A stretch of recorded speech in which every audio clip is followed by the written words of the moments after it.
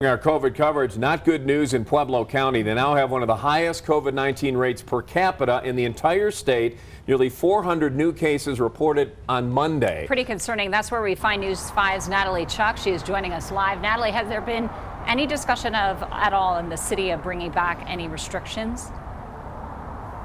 Well, Diane, a mask mandate was briefly mentioned in a Board of Health meeting, but like most counties, right now there are no restrictions implemented citywide. The mayor did say he does not believe that businesses are going to shut down again, but he said what could happen is sending kids back to at-home learning.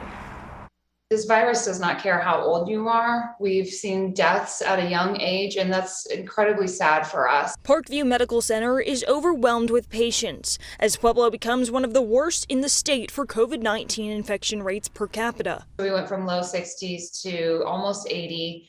Now this week we are sticking around the 70s. Parkview and Mayor Nick Gradazar say what sets Pueblo apart is the low vaccination rate, sitting at 65%. It is a little disappointing on our end because we do have this vaccine, and we're so fortunate that we live in a community and a state where we have easy, free access to a tool that can fight this virus. The sad thing about that, Natalie, is last year we didn't have a choice.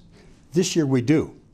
And if we are not intelligent enough to take advantage of these vaccines, then shame on us. According to the health department, schools, childcare, and extracurricular activities account for the highest portion of new reported outbreaks in Pueblo County. School District 60 is working with the health department to bring vaccine clinics to elementary schools. We know that we deliver instruction best when we're in person. And we learned that last year from being remote, and we certainly don't want to go back that way. But the mayor says if Pueblo continues seeing as many new cases as we are now, remote learning is a very real possibility. There'll be too many kids out sick, there'll be too many teachers out sick. So they'll have to go back to that virtual learning, which was a disaster last year, and it hasn't gotten any better in the last 12 months. So that's what we have to look forward to if we don't get this under control.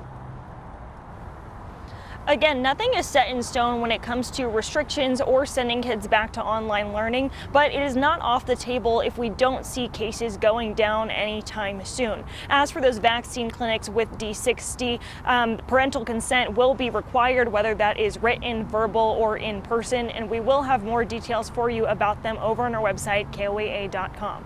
Reporting in Pueblo, NATALIE Chuck, News 5. NATALIE, thank you. Still